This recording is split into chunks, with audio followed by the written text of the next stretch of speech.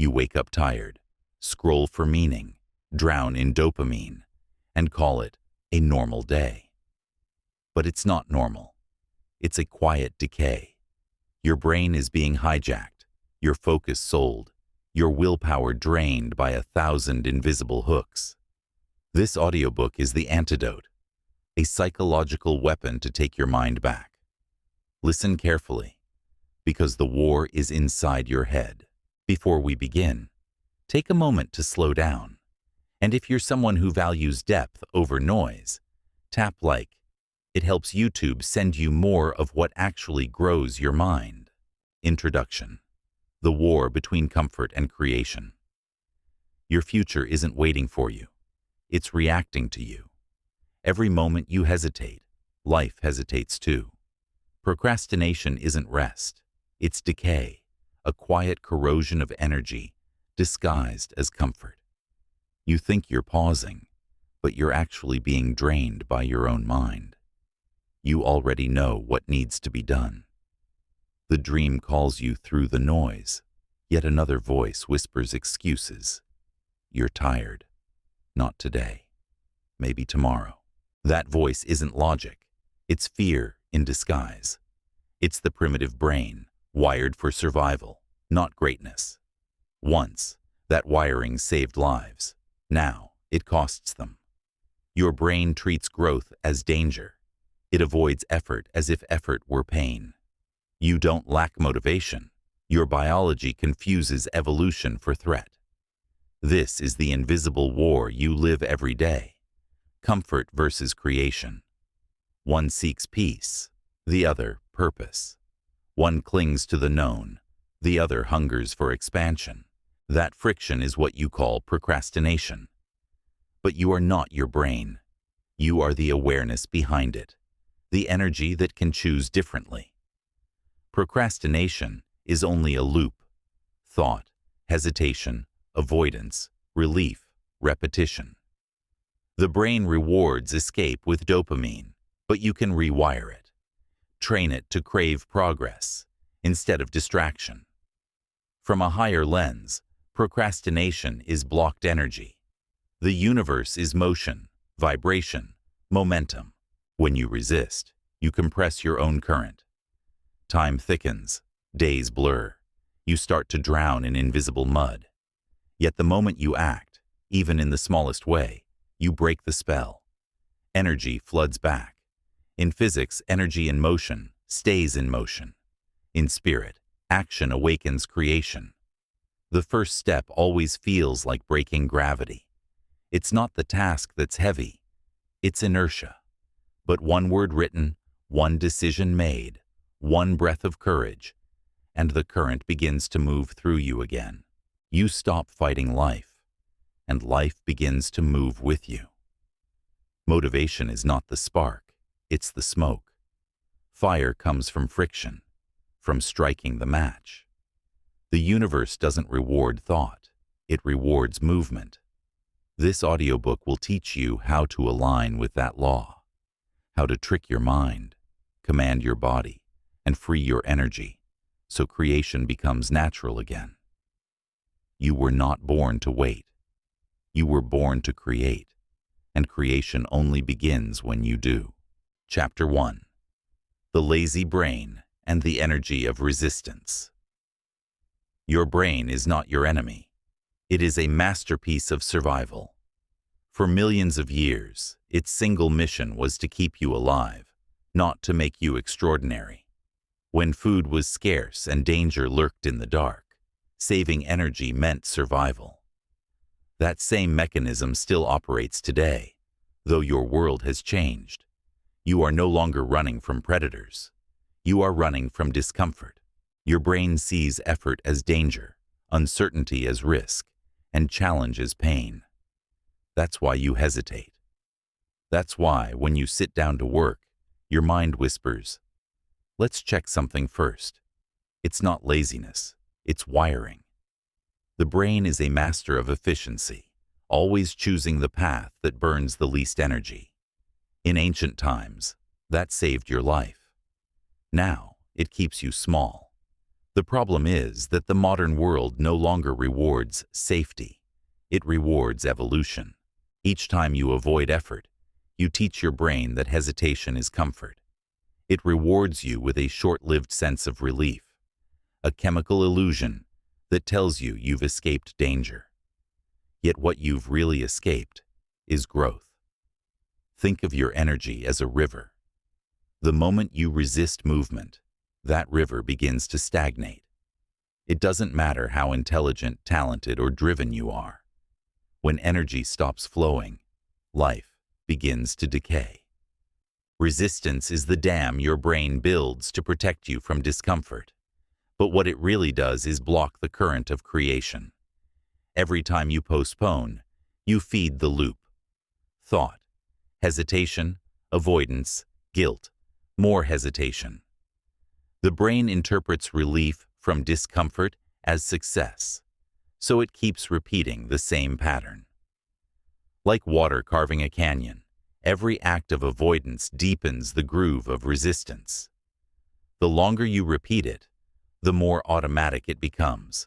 That's why procrastination doesn't feel like a choice anymore. It feels like gravity.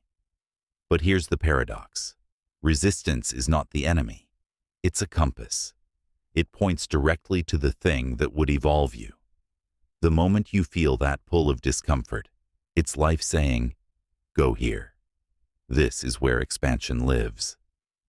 The first step to mastering resistance is to stop identifying with it. The thought, "I don't feel like it," isn't you. It's your brain running an old survival program. You can observe it, acknowledge it, and still move forward. The second step is to act faster than the voice that argues. The brain's hesitation window is only a few seconds long. If you move before that window closes, you override the pattern. Scientifically, this is called neural interruption. Energetically, it's the moment you break inertia, when your vibration shifts from stillness to motion. That single act of movement, standing up, typing one word, taking one step, triggers a cascade of momentum in both your biology and your energy field. Once you act, your brain changes its story. Dopamine, the neurotransmitter of reward, is released, but not for thinking, for doing. The pleasure of progress begins to replace the comfort of avoidance. Slowly, action becomes the new addiction. Here's the truth that few understand. Resistance never disappears. You don't eliminate it. You transcend it. The same way muscles never grow without resistance, the mind never evolves without challenge. Resistance is the spiritual weight room of creation. Every time you push against it, you grow stronger. Every time you surrender to it, you shrink. So when that familiar heaviness appears, the one that whispers, "Not today," remember this. It's not fatigue, it's friction. And friction is the birthplace of fire. Your task isn't to avoid it, but to use it, move through it, and you'll feel energy awaken again. The more you move, the lighter it gets. Energy in motion feeds itself. Resistance loses mass. Action isn't just a behavioral choice. It's a vibrational state. The moment you take that first step, the current of creation floods back in. Your brain loves being lazy because laziness is predictable, but your soul craves motion because motion is life. Between the two lies your power of choice, the point where human biology meets cosmic will. You can let your brain repeat its ancient story.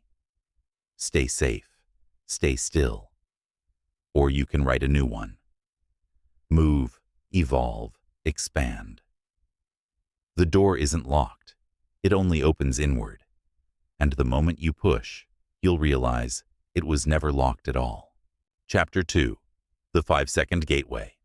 How to bypass the mind's defense system. There is a small crack in the wall of hesitation, a narrow window where choice still exists before the brain takes over. 5 seconds. That's all it takes for your survival wiring to flood your body with excuses. 5 seconds between impulse and inertia, between inspiration and withdrawal. Most people waste that window thinking. The few who master it act. When you hesitate, your brain scans for danger. It senses uncertainty, discomfort, or effort, and instantly releases a warning. Not now. Later. Tomorrow. Those words are not rational. They are protective. Your mind isn't trying to sabotage you. It's trying to keep you safe from the unknown. But in modern life, that safety becomes the cage. Science calls it the prefrontal hesitation gap. Within seconds, your logical brain, the part that dreams and decides, is overridden by your limbic system, the part that fears and freezes. Once that happens, the moment of potential is gone. You return to the loop of comfort, promising yourself you'll try again soon. But soon never arrives. The way to break this is not to argue with your mind. It will always win with logic, because its arguments sound reasonable. The way to break it is to act before the argument begins. That's where the 5-second gateway comes in. When you count down 5, 4, 3, 2, 1, and move on 1, you interrupt the brain's defense pattern. The countdown is a command sequence. It redirects focus from thought to motion, from analysis to action. In neuroscience, it's a micro-pattern break. In energy terms, it's a frequency shift. You move your awareness from the static of mind into the current of movement. Try it. The moment you catch yourself hesitating, to speak, to start, to stand up, count backward from 5 and go. Don't wait for readiness. Readiness is a mirage that appears only after you move. When you act first, the brain follows. When you wait, the brain resists. You are literally retraining your neurology. Each time you act within that 5-second window, you carve a new pathway. A connection between decision and motion that bypasses hesitation. The more you repeat it, the faster the signal travels. Over time, action becomes instinctual. The command go becomes encoded into your nervous system. On an energetic level, those 5 seconds are sacred. They are the point where potential collapses into form. Quantum physicists call it wave collapse, when infinite possibilities reduce to one reality through observation. Spiritually, it's the moment where thought turns into matter. Every time you cross that threshold with action, you are participating in creation itself. 5 seconds of courage outweigh 5 hours of thinking, because action neutralizes fear. The energy of fear cannot coexist with the vibration of motion. They are different frequencies. Fear freezes. Movement dissolves. When you count down and go, you transmute fear into force. It doesn't matter what the action is. Send the message. Step into the gym. Open the document. Turn off the distraction. Each time, you strengthen the muscle of immediacy, the spiritual discipline of movement. Eventually, hesitation will still appear, but it will no longer control you. It will become background noise. Remember, energy loves direction. If you don't command it, it scatters. The 5-second rule is not a trick. It's a ritual of command. You are telling your energy where to go before the mind tells it where to hide. 5 seconds. That's your portal. That's your power. Use it to enter the field of motion, where hesitation ends and creation begins. Chapter 3. Starting before you're ready. The physics of momentum. Readiness is the greatest illusion ever sold to the human mind. You keep waiting to feel prepared, inspired, confident, as if those emotions were the gates to creation. But they never come first. The universe does not send motivation before motion. It sends momentum after you move. Every great creation began in uncertainty. The artist didn't know if the first brushstroke would ruin the canvas. The entrepreneur didn't know if the first step would lead to failure. The difference between them and those who stayed dreaming isn't talent. It's the decision to start before clarity arrived. Your brain wants guarantees. It wants to calculate every variable before taking a step. But life doesn't unfold that way. The laws of physics and the laws of energy both agree. Motion precedes force. Objects at rest stay at rest, and the same is true for you. Waiting drains energy. Movement generates it. The paradox is simple. You don't move because you lack energy. You lack energy because you don't move. When you start, even imperfectly, momentum appears like a current catching your feet. The first second is the hardest. The moment your body and mind push against inertia. But once you cross that invisible threshold, everything begins to flow. Action is not just physical, it's vibrational. The moment you act, you shift your frequency from thought to creation. The energy that was trapped in overthinking begins to release. The longer you wait, the denser that energy becomes, thoughts looping, self-doubt thickening like fog. But a single action, no matter how small, slices through it. Science calls it activation energy. It's the initial surge required to start a chemical reaction. Without it, nothing changes. But once the reaction begins, it sustains itself. The same applies to your life. One tiny step, one sentence written, one call made, one breath taken with intention, is enough to ignite the chain reaction of momentum. Spiritual science calls it kinetic consciousness. When you act, you merge with the creative rhythm of the universe. You move from static thought into dynamic creation. The universe meets movement with multiplication. One effort returns tenfold energy. This is why those who keep moving appear lucky. They are simply aligned with motion, and motion magnetizes opportunity. The mistake most people make is waiting for the right mood or the perfect conditions. But perfection is the ultimate delay tactic. The right time does not exist. You make it right by starting. Every master was once clumsy. Every expert began as an amateur. The only thing separating them from hesitation was movement. Here's the truth. Clarity is a reward, not a requirement. You act first, and clarity emerges as you go. Each step reveals the next one. That is the law of momentum. Action creates direction. The universe cannot guide what isn't in motion. Think of a car parked in darkness. You can't see the full road ahead, only the few meters illuminated by your headlights. But if you keep driving, the road reveals itself. Movement expands your visibility, both physically and energetically. When you move, you summon the forces of focus, flow, and feedback. Focus pulls your attention into the present. Flow dissolves resistance, and feedback refines your path. These are not mystical gifts reserved for the few. They are states of consciousness triggered by doing.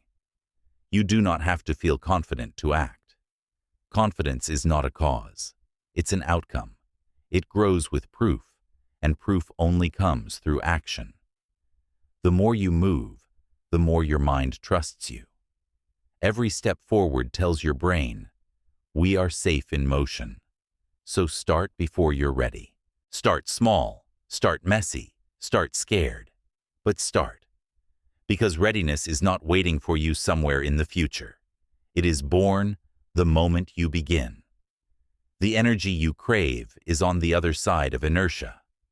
The peace you seek is not in thinking about movement. It's in the act itself. And when you finally move, you'll realize you were never waiting for motivation at all. Motivation was waiting for you. Chapter 4. Transforming Effort into Joy. For most people, effort feels like a punishment. The word work itself carries the vibration of strain, as if to move toward your dreams means to suffer for them. That conditioning runs deep, a cultural inheritance that glorifies the grind and dreads the process. But here's the truth. Hard work is not pain. It is energy in transformation. Your brain, however, has been trained to crave ease. It floods you with dopamine when you scroll, when you snack, when you seek instant pleasure. These micro-rewards trick your nervous system into believing that comfort equals safety. But comfort, when unearned, becomes decay. It keeps your energy looping in the same low-frequency cycles, giving the illusion of peace while draining the spark of life. To rise above that pattern, you must rewire the association between effort and suffering. Effort is not the enemy. Resistance to effort is. When you see effort as evidence of movement, it becomes joy. This is the foundation of neuroplastic change. What you associate with pleasure, the brain seeks more of. When you learn to attach pleasure to progress instead of avoidance, everything changes. Every time you take action toward your purpose, your brain releases dopamine. The same chemical that rewards distraction can reward discipline. The difference lies only in what you choose to celebrate. Most people wait to feel joy after success. Masters find joy in the process itself. The spiritual dimension deepens this truth. In energy science, effort is friction, and friction generates heat, the alchemy of transformation. When you meet resistance and move through it consciously, you transmute dense energy into light. This is not poetic metaphor. It is literal physics mirrored in your consciousness. The fire you feel when you push your limits is not suffering. It is purification. When you reframe effort as devotion, the struggle turns sacred. Athletes call it flow. Artists call it presence. Mystics call it union. It's the same phenomenon, the merging of action and awareness, until only creation remains. In that state, time dissolves, thought quiets, and energy moves through you effortlessly. The task doesn't drain you. It fills you. To enter that state, stop asking, "How can I make this easier?" and start asking, "How can I make this meaningful?" Meaning transforms labor into love. When your action serves something greater, growth, mastery, contribution, it stops feeling like an obligation and starts feeling like purpose. Your environment can accelerate this shift. Surround yourself with symbols of focus. A clean workspace, natural light, still air. The external order becomes internal order. Energy is contagious, and environments hold vibration. The places where you work should remind your body of movement, not rest. And when the weight of effort feels heavy, don't resist it. Breathe into it. That tension you feel isn't a signal to stop. It's your energy field expanding to contain more life force. The body is a vessel, and every act of focus stretches it wider. When you push through the threshold, joy flows in naturally, not as a reward, but as a resonance. Biologically, your brain begins to associate effort with satisfaction. Spiritually, your field learns to resonate with flow. Together, they create a state where progress feels pleasurable. This is not a trick. It's an awakening. You were designed to thrive under challenge, not collapse under it. So stop dreading the climb. The summit is not the only place where life happens. The ascent is where transformation lives. Every drop of sweat, every spark of focus, every moment of resistance is your soul in motion, refining itself through effort. Discipline, when misunderstood, feels like chains. But true discipline is freedom. It is the art of choosing your path consciously, instead of letting impulses choose it for you. And when you no longer resist effort, the boundary between work and joy disappears. In that state, life stops feeling like a struggle and starts feeling like a dance. You move, energy flows, and creation meets you halfway. Chapter 5. The Identity Shift, Becoming the Person Who Acts Instantly. Every lasting change begins not with action, but with identity. You can force yourself to act for a while, to grind, to push, to discipline your way forward. But if, deep down, you still see yourself as someone who struggles, you'll always return to that image. The mind will always fight to prove itself right. The truth is, your actions will never permanently rise above the level of who you believe you are. When you tell yourself, "I'm a procrastinator," you're not describing a habit. You're creating one. Each repetition strengthens the story. You are not lazy because you delay. You delay because you've identified with laziness. The first battle, therefore, is not against procrastination. It's against identity inertia. Identity inertia is the force that keeps you locked in the same self-concept. Just as objects in motion stay in motion, the self-image in motion stays in motion until something disrupts it. You cannot just try harder. You must become someone new. Your brain is a prediction machine. It filters reality based on what it expects to see. This mechanism is called the reticular activating system, ERAS, the neural gatekeeper of your focus. When you declare, "I'm always distracted," your RAS hunts for proof. When you say, "I act immediately," it begins seeking evidence for that instead. What you repeatedly say becomes the algorithm of your perception. Now imagine this principle operating not only biologically, but energetically. Every identity carries a vibration, a frequency broadcast into the field. The moment you change the broadcast, reality rearranges around it. In spiritual science, this is called identity resonance. When you hold the vibration of a decisive, disciplined person long enough, life mirrors it back. Opportunities, synchronicities, support. The outer world begins to reflect the inner declaration. So how do you shift identity? Not by wishing, by evidence. Every small act of follow-through, every decision made without hesitation, is a signal to your subconscious. This is who we are now. It doesn't need to be big. The brain rewires itself through repetition, not revolution. Consistency beats intensity. Say the words silently. "I am someone who acts immediately." Now move your body as that version of you would move. Upright, direct, deliberate. Energy follows posture. Breath follows thought. In that alignment, the self-image begins to solidify. You're not pretending. You're programming. The key is embodiment. You can't just think a new identity. You must live it into existence. The universe does not respond to what you want. It responds to what you are. You can visualize your higher self as vividly as you like, but until you act in alignment with that image, the old identity stays dominant. Thought is potential. Action is proof. When your behavior matches your declaration, reality has no choice but to shift. Remember, every time you hesitate, you reinforce the old self. Every time you act, you fortify the new one. Identity isn't a fixed sculpture.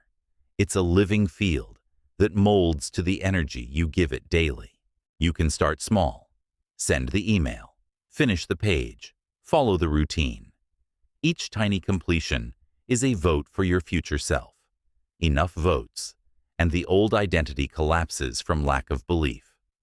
The spiritual law behind this is simple. What you no longer feed with energy dissolves. When you stop energizing hesitation, it dies. When you energize action, it multiplies. This is not about pretending to be someone else. It's about remembering who you were before hesitation took over. The version of you that moved freely, instinctively, with courage unfiltered by fear. That version still lives inside you, waiting for command. The shift happens the moment you stop saying, "I'm trying to change," and start saying, "This is who I am." Because trying implies distance. Being implies embodiment. From this chapter forward, stop fighting your old habits as enemies. Instead, replace them as identities. Let action be your prayer. Let consistency be your creed. Soon, you won't need to convince yourself to move. Movement will feel natural, effortless, inevitable. Because you will no longer be someone trying to take action. You will simply be an action taker. Chapter 6. Consistency as frequency alignment. Motivation is a spark. Consistency is the flame that keeps your universe lit. Every transformation that endures, in body, mind, or spirit, is not built from bursts of energy, but from rhythm. Momentum is power, multiplied by repetition. You don't rise by intensity alone. You rise by frequency. Most people wait for waves of inspiration to carry them forward, but waves crash. Rhythm sustains. Consistency is not about perfection. It's about energetic stability. It's the vibration of showing up again and again until the act itself becomes identity. Think of your energy field like a tuning fork. Every time you take action, you strike the same note. At first, the sound is faint, a whisper against the noise of your habits. But as you repeat it, the vibration amplifies. Eventually, your entire system, your mind, body, and circumstances, begins to resonate with that frequency. You become the note itself. This is the spiritual essence of consistency, frequency alignment. You align your outer actions with your inner vision until there's no difference between the two. The person you're becoming is no longer an aspiration. It's your new normal. In neuroscience, this is habit formation, the process of transferring effort from conscious thought into automatic execution. Each repeated action strengthens a neural pathway, reducing resistance over time. But beyond biology, it's metaphysical resonance. The universe responds to the patterns you stabilize. What you repeat in behavior becomes magnetized in reality. That's why the universe doesn't reward effort in bursts. It rewards coherence. It doesn't care how passionate you are for one day if your energy fractures the next. Creation listens to sustained vibration, not scattered emotion. A single drop of water means nothing, but a continuous flow can carve through stone. Consistency is sacred repetition. Each day you show up, you're casting the same energetic spell into the field. Every action is a frequency pulse that says, "I am stable, I am committed, I am ready." And in response, life organizes around that rhythm. But here's the paradox. Consistency doesn't mean rigidity. True rhythm allows flexibility within harmony. Like a heartbeat, it expands and contracts, yet never stops. You don't need to be perfect. You only need to return. Miss a day, but not two. Falter once, but not twice. The strength of your energy lies not in flawless streaks, but in unwavering return. When you act consistently, your subconscious begins to trust you. That trust dissolves the friction between thought and execution. What once felt heavy begins to flow. Effort becomes effortless because resistance has no space to anchor. From a spiritual standpoint, this is how humans synchronize with the universal current, by becoming rhythmic beings. Every planet, every tide, every breath follows a cycle. Inconsistency disconnects you from that cosmic rhythm. Consistency tunes you back in.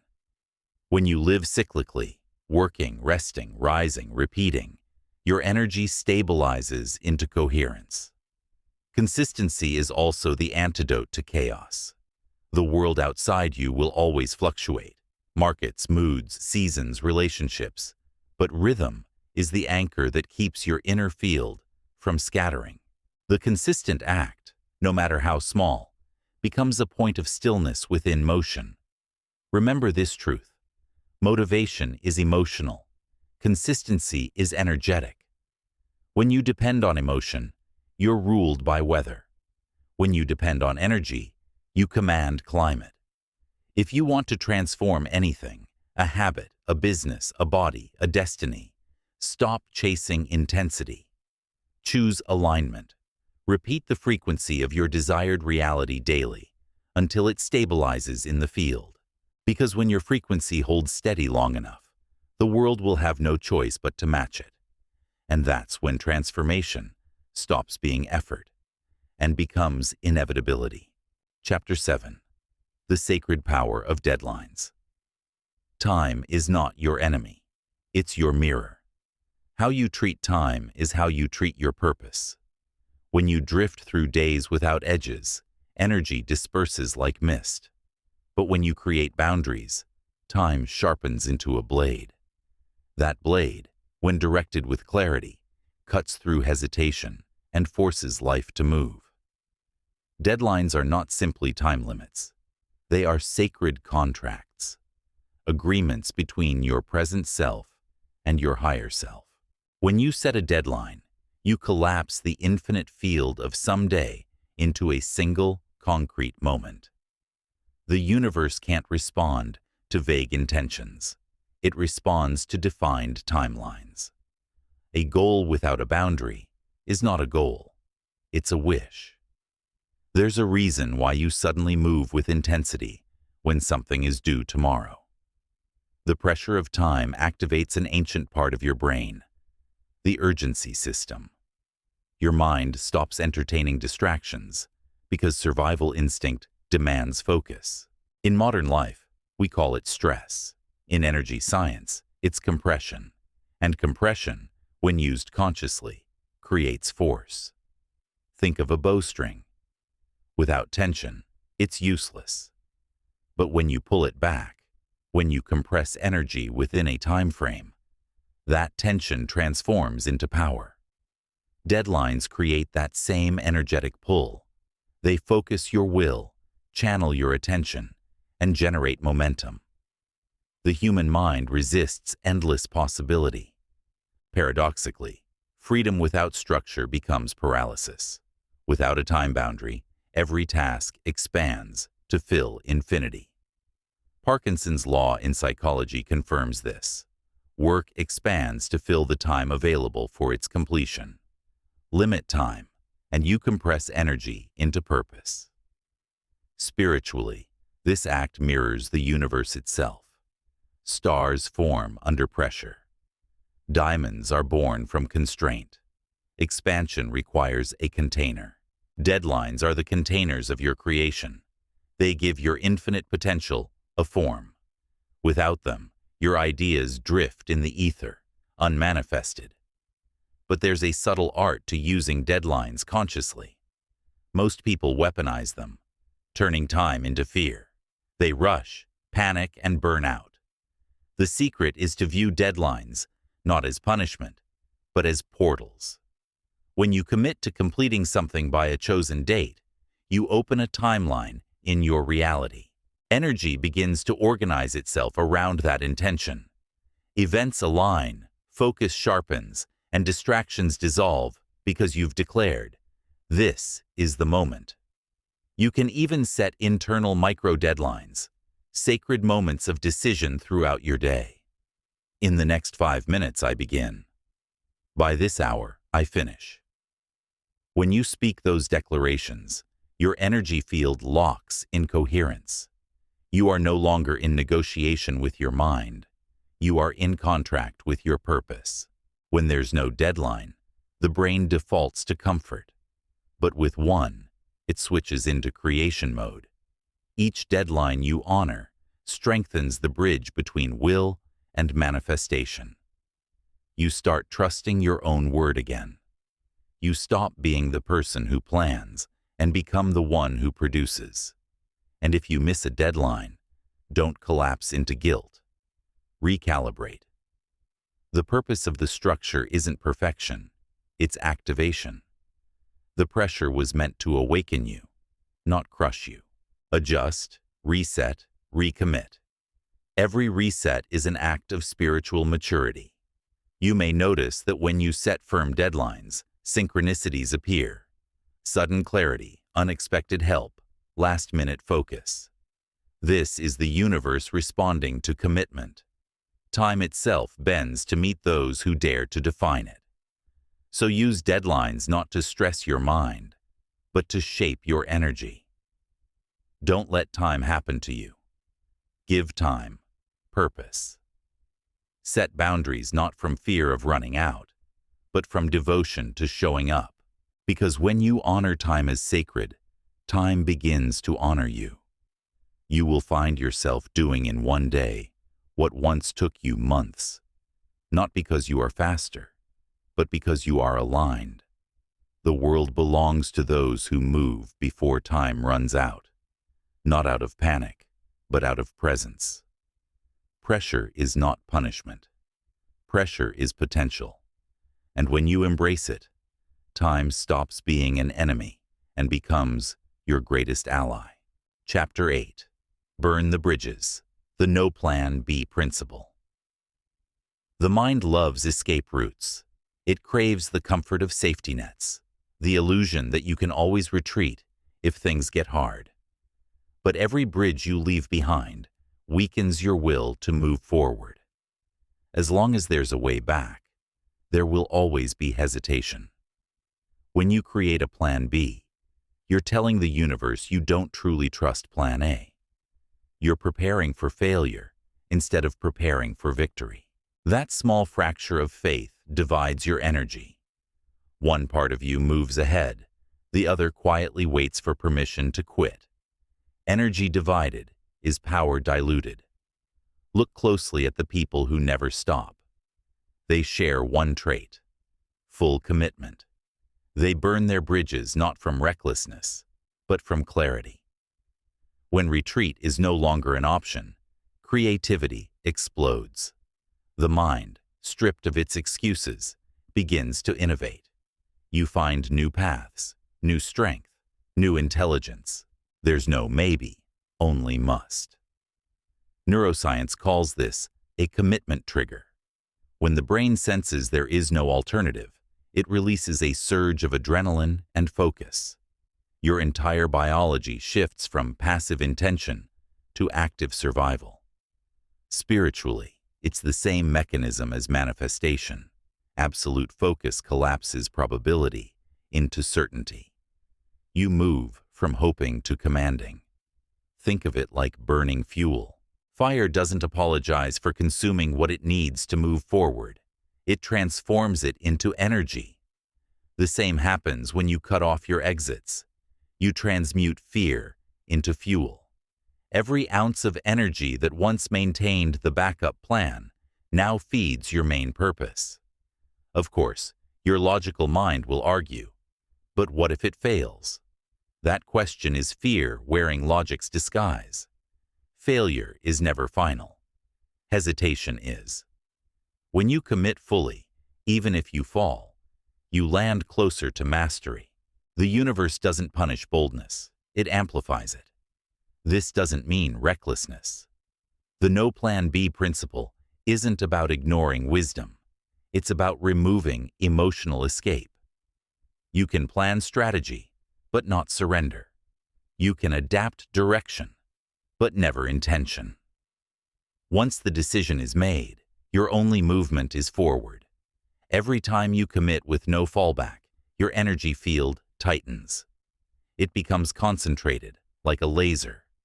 Scattered light illuminates. Focused light cuts through steel. When your intention burns singularly, the universe cannot mishear you. There's a spiritual law behind this. Energy follows declaration. The moment you decide without doubt, unseen forces move. The doors that stayed shut under maybe swing open under must.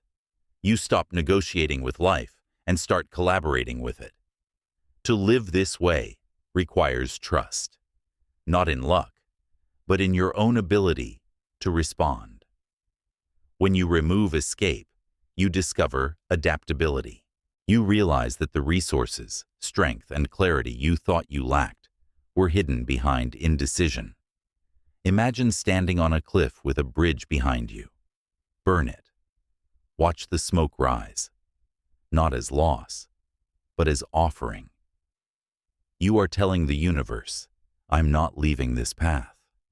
That smoke becomes signal fire. Life sees your seriousness and sends support disguised as coincidence. When you commit like this, even obstacles become allies. Every challenge refines your focus. Every setback teaches precision. Without escape, your energy doesn't scatter in panic. It refines into mastery. People who achieve the impossible don't have more resources. They have fewer exits. They don't wonder if it will work. They make it work. That certainty isn't arrogance. It's alignment. So from now on, catch yourself when you start building a backup plan out of fear. Ask, am I protecting myself from pain or protecting myself from power? Because comfort often hides behind caution and growth hides inside risk. When you commit fully, you step into partnership with destiny. The bridge behind you burns, the horizon ahead ignites, and there is only one direction left: forward. Chapter 9. Silence the noise. How to remove distractions in 30 seconds. Distraction is not just stealing your time. It's fracturing your energy field. Every notification, every open tab, every half-finished thought tears a small hole in your focus. Each fragment may seem harmless, but together they scatter your power until you forget what you were here to create. You don't live in an age of information. You live in an age of interruption. And what makes this dangerous is that distraction feels productive. The brain rewards novelty with dopamine. It gives you micro hits of pleasure for every scroll, click, and glance, tricking you into thinking you're moving forward when you're actually circling in place. The truth: distraction is a modern form of sedation. It numbs you with noise so you don't have to face stillness. Because in stillness, you meet yourself. And that encounter terrifies the untrained mind. If you want to regain power, you must reclaim silence. Silence is not the absence of sound. It is the presence of awareness. It is the space where focus gathers, where ideas form, where the mind finally hears the soul. You can restore it in 30 seconds. It begins with a choice. Right now, pause. Take a deep breath. Turn your attention inward. Ask yourself, what truly deserves my energy right now? In that moment, awareness cuts through the static. The mind resists. It wants the noise back, but awareness is stronger. Within 30 seconds of intentional stillness, your nervous system begins to reset. Cortisol levels drop. Brain waves slow from frantic beta to calm alpha. You feel lighter, clearer, alive again. This is the return to center method, the simplest yet most profound tool of energetic hygiene. Every time you feel pulled into distraction, stop and return. One conscious breath, one question of clarity, one act of removal, because focus is not found. It's created by subtraction. You don't need more motivation. You need less interference. Start with your space. Close the tabs that don't serve your purpose. Silence the phone that controls your attention. Clean the desk that mirrors your mental clutter. Then, Guard your inner space. Say no more often. Protect your mornings. Schedule silence like a sacred appointment. Each act of removal amplifies your frequency. When energy is no longer leaking into noise, it consolidates into power. You will feel it. The difference between a scattered day and a centered one is not subtle. Your thoughts sharpen, intuition strengthens, decisions feel effortless. In spiritual terms, every distraction is a microcut in your aura, a fracture where energy seeps away. Each time you return to stillness, those tears begin to heal. The aura brightens, your field stabilizes, you become magnetically coherent again, a unified current, rather than a collection of fragments. That's why the most powerful people in history guarded solitude like treasure. They understood that silence is not empty, it's full of information. In that quiet, you don't escape the world, you access the field beneath it. Try this ritual.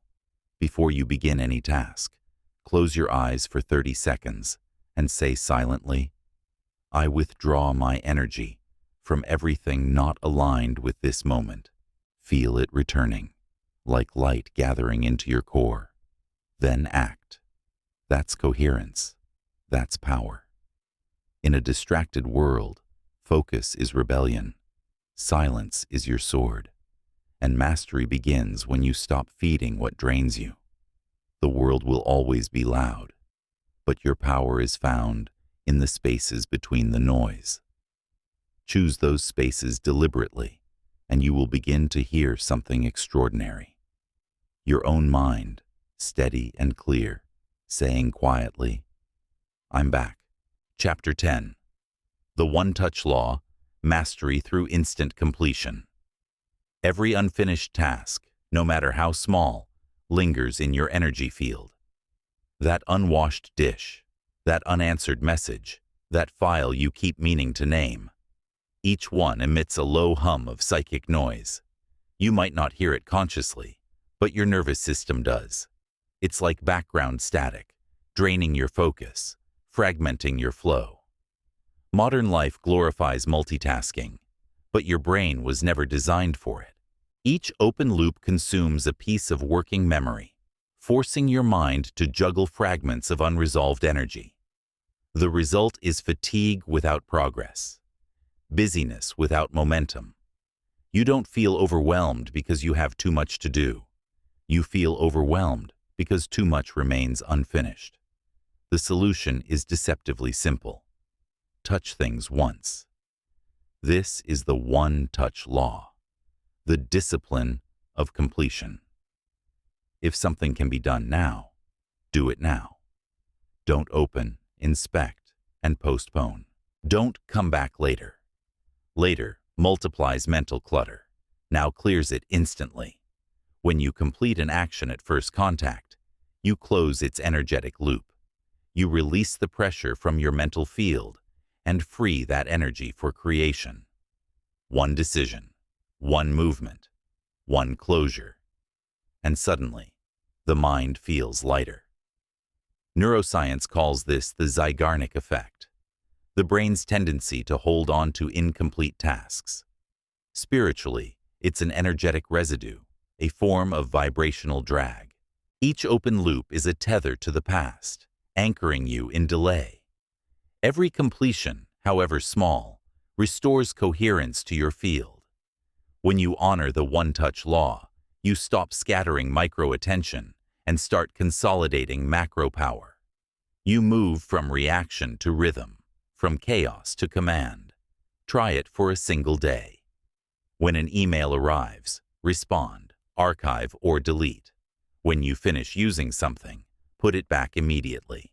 When a thought of action arises, execute before the mind argues. You will notice something miraculous. Your environment begins to quiet. The mind mirrors that calm. Clarity returns. This isn't about perfectionism. It's about energetic hygiene. Clutter is frozen decision-making. Completion is freedom. Spiritually, every act of instant completion is a declaration of self-respect. It says to the universe, "My time matters, my focus is sacred," and the universe, ever responsive, mirrors that order back to you. Opportunities begin to flow because there is space for them to land. You might think the one-touch law will make you rigid, but the opposite happens. Completion liberates. When your energy isn't entangled in 1,000 half-done tasks, you gain bandwidth for creativity and play. You feel lighter because you're no longer carrying the invisible weight of avoidance. Action. At first touch, also rewires your identity.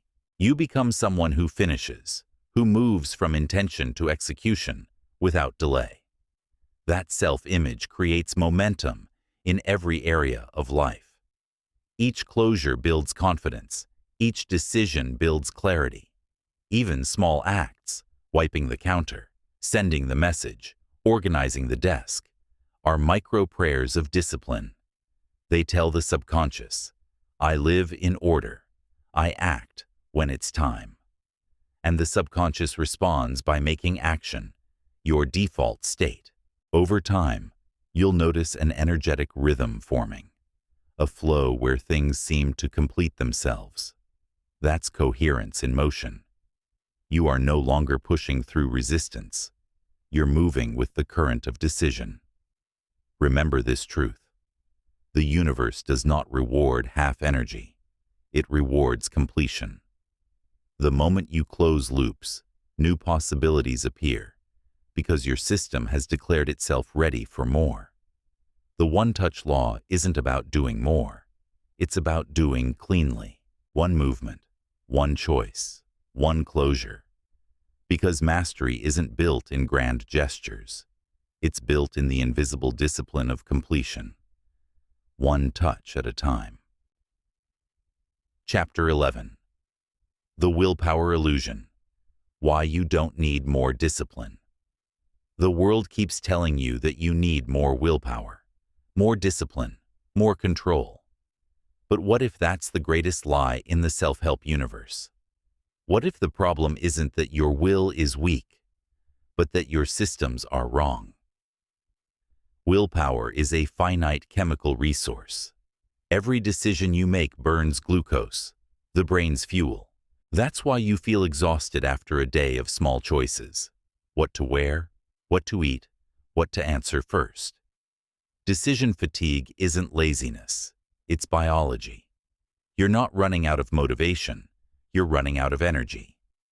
The truth is, relying on willpower is like trying to row across an ocean with a spoon. You don't need more force.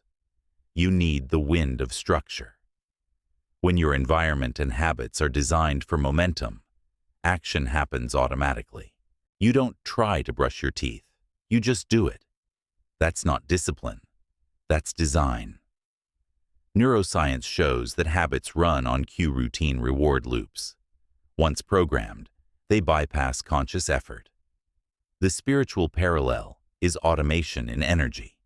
What you repeat without resistance becomes vibration. When your vibration stabilizes around productive action, you no longer push. You flow. This is what I call energy architecture.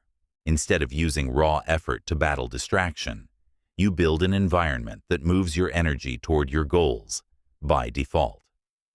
If your phone tempts you, leave it in another room. If you can't focus in chaos, create ritual before work. Clear space, light a candle, breathe with intention. If mornings derail you, script them the night before so decision is removed. Each structure you build removes friction. The less friction, the less willpower required. Eventually, momentum becomes self-sustaining. Think of a river. It doesn't strain to flow. It simply follows the path carved for it. You can't fight your mind into alignment. You shape its banks. That's wisdom over effort. Spiritually, willpower belongs to the masculine energy of push. Design belongs to the feminine energy of flow. When they unite, creation becomes effortless. You set the structure, masculine, and then surrender into it, daily, feminine. Together, they produce harmony, not grind. You'll notice that successful people rarely describe their habits as battles. They don't force themselves. They arrange life so their desired behaviors are inevitable. They understand that environment is stronger than intention. The body follows the path of least resistance. So make that path lead where you want to go. Every time you depend on willpower, you gamble with mood. Every time you depend on structure, you guarantee motion. Ask yourself, what one system, if designed right, would make success automatic? Maybe it's a fixed morning ritual, a scheduled time block, a workspace that signals creation. Whatever it is, build it once and let it carry you daily. When you stop worshiping willpower, you start mastering energy. You no longer wake up fighting your own brain. You wake up inside a flow you designed. That is true freedom. Not the absence of work, but the absence of resistance. So stop begging yourself to be stronger. Be smarter. Don't add pressure. Remove friction. Don't chase motivation. Create momentum. Because discipline isn't the art of constant struggle. It's the science of thoughtful design. And once your life is built to move in alignment, you'll realize you never needed more willpower. You just needed less drag. Chapter 12. The Never Miss Twice. Principle: building momentum that never breaks. Perfection destroys more dreams than failure ever could. You don't need to be flawless. You just need to stay in motion. That's the secret hidden inside one simple rule. Never miss twice. Missing once is human. Missing twice is habit. Momentum doesn't vanish when you fall. It vanishes when you don't rise. The true difference between those who transform and those who stagnate isn't how often they stumble. It's how quickly they return to alignment. This principle is both psychological and energetic. When you break a streak, your subconscious marks it as a pattern. But if you immediately re-engage, even in a small way, you teach your brain that falling isn't the same as failing. Spiritually, that quick return seals your energetic field, preventing the guilt spiral that drains vitality and feeds procrastination. So what does this look like in practice? You skip a workout. Fine. Tomorrow, move your body for 5 minutes. You miss a writing session. Fine. Type one paragraph. You broke your morning routine. Fine. Start it again at noon. You're not rebuilding from zero. You're continuing from the present. This rule rewires the nervous system. The brain craves consistency more than intensity. When you show up again, no matter how imperfectly, you maintain the neural pathway of discipline. The pattern stays alive. Action still equals identity. The deeper truth? The universe rewards rhythm, not rigidity. Rhythm is the heartbeat of creation. Pulse, rest, pulse again. It doesn't demand perfection. It demands continuity. You can't stop the dance because of one misstep. You adjust your timing and move again. Energetically, every time you miss twice, your vibration dips into shame, the lowest frequency in human emotion. But when you return, you rise instantly into courage, the bridge between stagnation and creation. This emotional shift changes everything. The act of returning, not the act of winning, rebuilds your magnetic frequency. Imagine momentum like a flame. Missing once is a gust of wind. It flickers. Missing twice is oxygen deprivation. It dies. Your job isn't to protect the fire from ever dimming. Your job is to relight it instantly when it does. Here's the secret. When you stop fearing the fall, your recovery becomes faster. When you stop judging yourself for the miss, energy returns to movement instead of guilt. Perfection says, I must not fail. Mastery says, when I fail, I return faster. The difference between these two mindsets determines the texture of your entire life. One breeds self-hate, the other breeds resilience. One is brittle, the other is fluid. Every master you admire, the athlete, the artist, the thinker, has lived by this rule unconsciously. Their genius isn't in never faltering, it's in recovering instantly.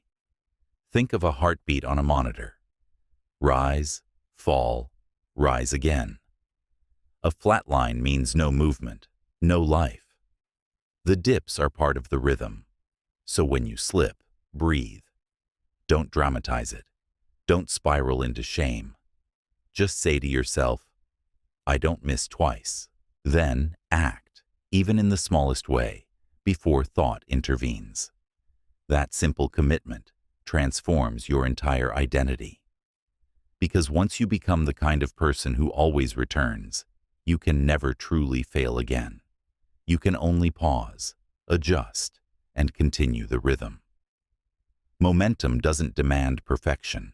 It demands loyalty. Loyalty to the path, even when it's hard. Loyalty to yourself, even when you doubt. Loyalty to motion, even when it feels slow. The universe doesn't count your misses. It measures your returns. And as long as you never miss twice, you remain unstoppable. Chapter 13. The End of Overthinking. Entering the state of instant action. Overthinking is the most elegant form of self-sabotage. It disguises paralysis as preparation, a mind spinning fast while the body stays still. You don't suffer because you don't know what to do. You suffer because you won't stop thinking about it. Your brain was built to predict danger, not produce destiny. It scans for threat, not opportunity. In ancient times, that meant survival. Today, it means anxiety. You stand before a blank page, a decision, a dream, and instead of moving, you simulate every possible outcome. The mind builds a maze so complex that you mistake thought for progress. But awareness doesn't equal movement, and thinking doesn't equal doing. The longer you think, the more fear multiplies. Every second of delay allows resistance to grow teeth.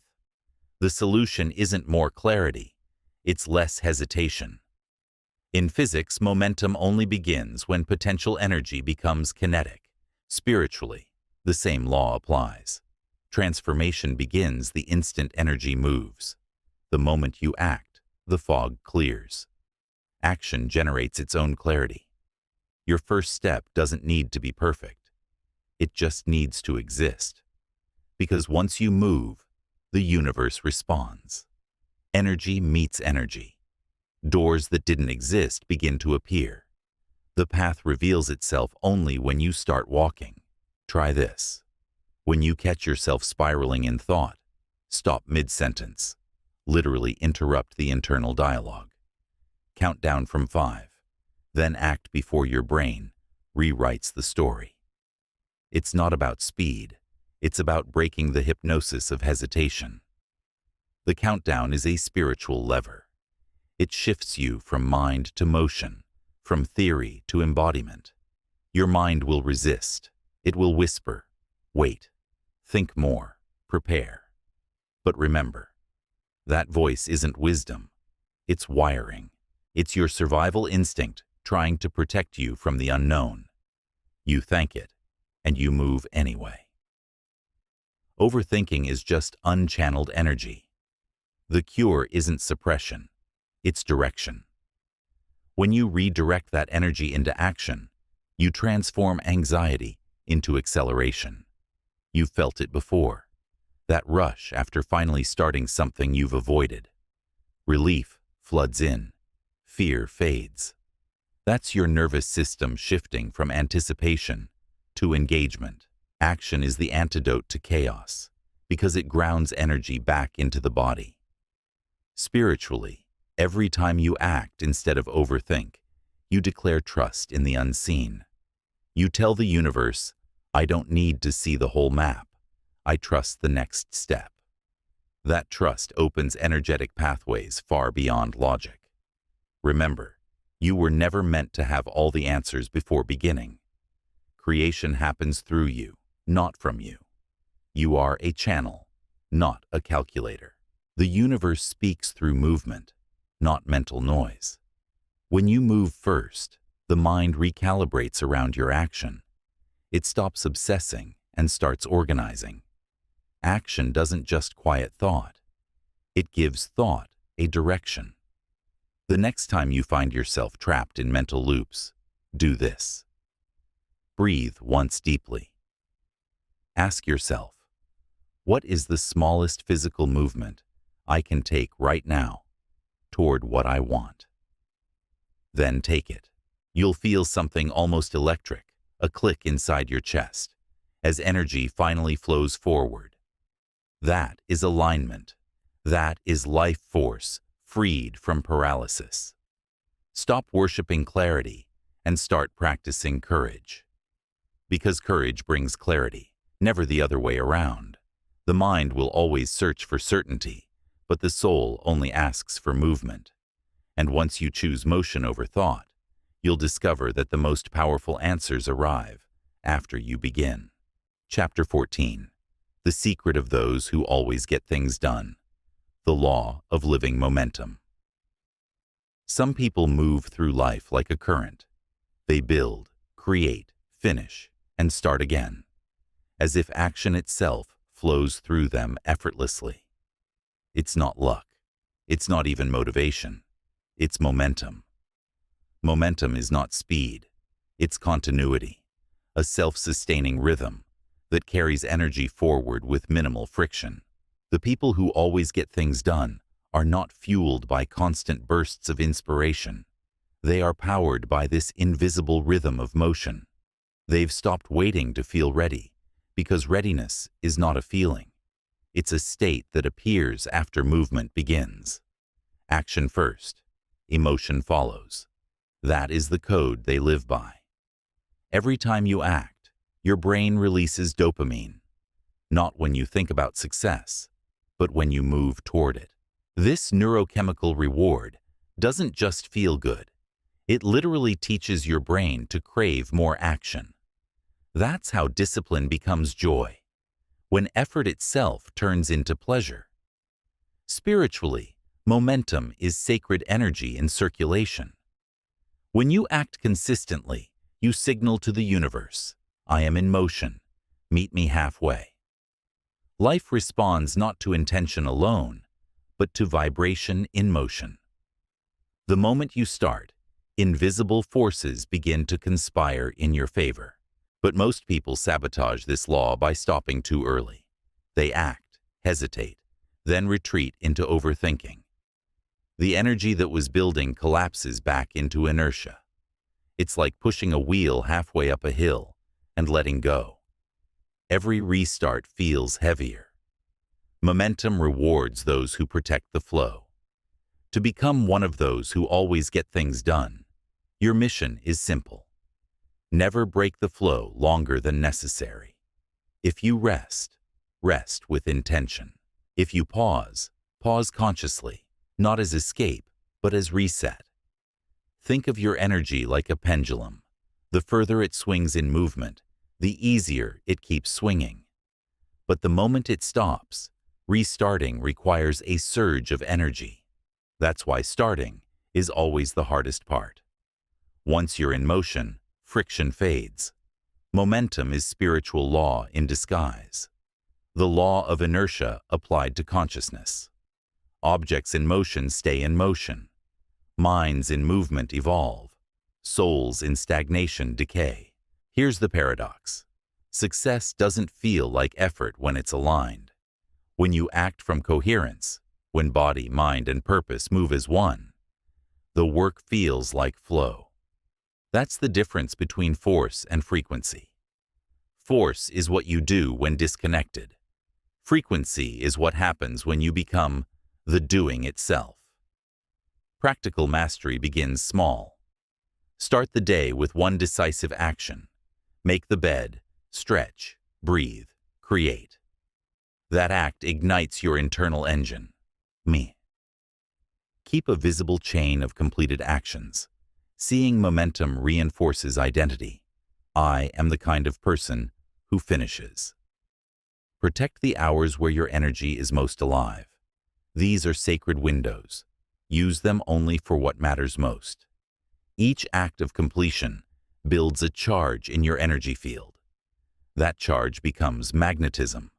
Others will feel it. They'll call it discipline, but it's actually vibration.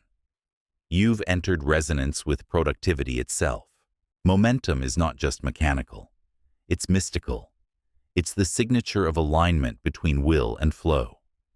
You can't fake it. You can only become it. The secret of people who always get things done is not in their calendar. It's in their chemistry. They've trained their nervous system to associate action with relief, not tension. To them, stillness feels heavy. Movement feels like home. You can rewire this too. Each time you take action despite resistance, you recalibrate your energetic baseline. Eventually, motion becomes the resting state of your being, not frantic, but fluid. That's when creation becomes effortless. So stop worshiping productivity hacks. Stop chasing the perfect plan. Start moving with devotion, with trust, with rhythm. Because once momentum becomes your nature, you will realize something profound. You were never meant to chase success. You were meant to embody it. Through motion, through creation, through constant becoming. Chapter 15. The 5-minute mirror, the evening ritual that rewires your mind. You can live an entire day running, reacting, rushing, and still go to bed, feeling like nothing truly moved forward. You worked, you scrolled, you ticked boxes, yet your spirit whispers, "What did I actually build today?" That quiet unease is not failure, it's disconnection. The mind has acted, but the soul has not integrated. Every day that ends without reflection is a day half-lived. The purpose of the day is not just to accomplish, it's to absorb. Reflection is how you translate experience into wisdom, effort into alignment, chaos into clarity. And it takes only 5 minutes. The most successful people in every field, creators, monks, generals, thinkers, share this one ritual. They pause before sleep and review their day. Not as judges, but as witnesses. They observe, not criticize. They align, not punish. This 5-minute mirror isn't about guilt. It's about energetic closure. When you reflect, you tell your mind, the loop of this day is complete. The nervous system relaxes. The subconscious begins to process and rewire while you sleep. You wake up with more clarity and less chaos, because the energy of yesterday has been integrated, not carried forward. Here's how to do it. 1. Sit in stillness. Phone away. Lights soft. 2. Ask 3 questions. What did I complete today that moved me forward? Where did I waste energy, and why? What one thing will I do differently tomorrow? 3. Breathe deeply after each answer. Don't overanalyze. Let awareness do the work. 4. End with gratitude, not as a cliché, but as energetic calibration. Gratitude lifts your vibration into harmony before sleep. In neuroscience, this practice builds meta-awareness, the ability to observe your own behavior without judgment. In spiritual language, it expands consciousness. You step outside the storm of daily thought and become the sky behind it.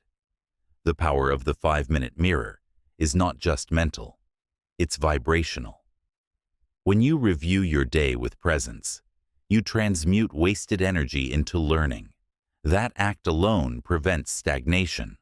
Nothing remains unresolved, and the next morning begins clean, like a clear frequency, waiting for new input. Most people live reactively, pulled by urgency, distracted by noise, numbed by repetition. But those who pause daily reclaim authorship. They stop being characters in their story and become its narrator. Over time, this ritual rewires identity. You start noticing patterns, where you drift, where you excel, what triggers resistance. The subconscious becomes your ally instead of your saboteur. You begin to act from awareness instead of impulse. The 5-minute mirror also builds emotional resilience. When you see your day clearly, mistakes stop being sources of shame and become teachers. You start thanking discomfort because it showed you what to strengthen. Spiritually, this moment of reflection is also a message to the universe. I am aware. I am listening. I am evolving. And in that vibration of awareness, life begins to respond differently. More in sync, more gracefully, more aligned. Before you close your eyes tonight, take those 5 minutes. Sit, review, breathe. Forgive yourself for the chaos. Honor yourself for the effort. Then rest with the peace that comes from completion. Because the point of mastery is not to do more. It's to end each day in alignment. 5 minutes of reflection can rewrite the trajectory of your life, not because it changes what you did, but because it changes who you are becoming. Conclusion: the return to power, reprogramming the self through conscious action. Now you've reached the end. But the end is only the first true beginning. Everything you've read so far points to one eternal truth. The mind was never your enemy. It was simply untrained energy, looping on old codes of survival, while your soul yearned to evolve. Procrastination, hesitation, fear, distraction. These are not flaws. They are signals. Each one whispers the same message. You are operating beneath your true vibration. The purpose of this book was never just to make you act more. It was to make you act consciously. Because when consciousness directs motion, action becomes creation. You've learned to see procrastination not as laziness, but as misdirected energy. You've learned that the brain's resistance is biology, ancient wiring that protects, not punishes. You've learned how momentum, not motivation, is the true alchemy of change. And most importantly, you've learned that willpower is a myth when it fights against energy out of alignment. Now, it's time to live these truths, to stop trying and start embodying. Every time you choose movement over thought, you collapse a quantum probability into reality. Every time you act before fear takes shape, you reshape your future timeline. You are not just changing habits. You are altering the frequency field that creates your outcomes. Science calls it neuroplasticity, the brain's ability to rewire itself through repetition.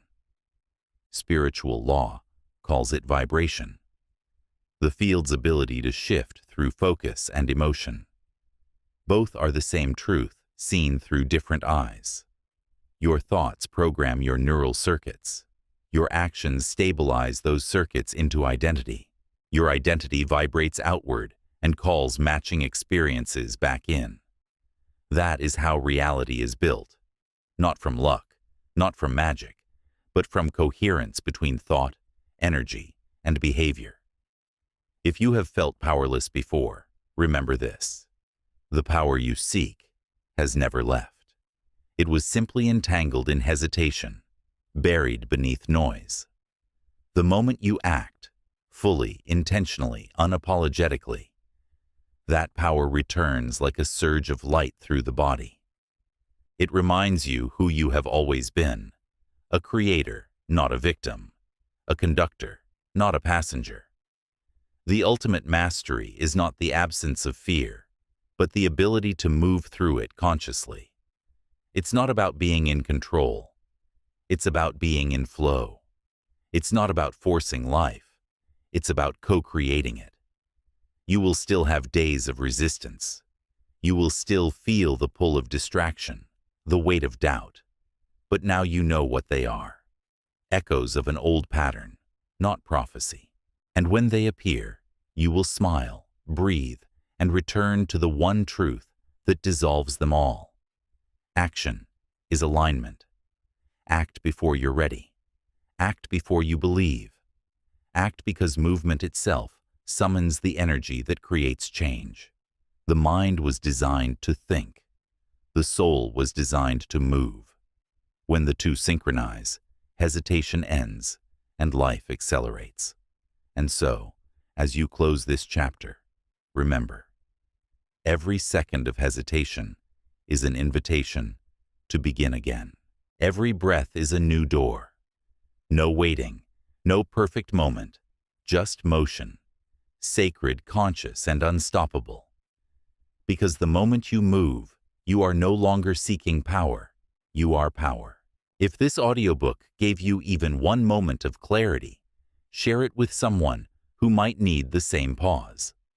And subscribe, so next time, calm finds you first.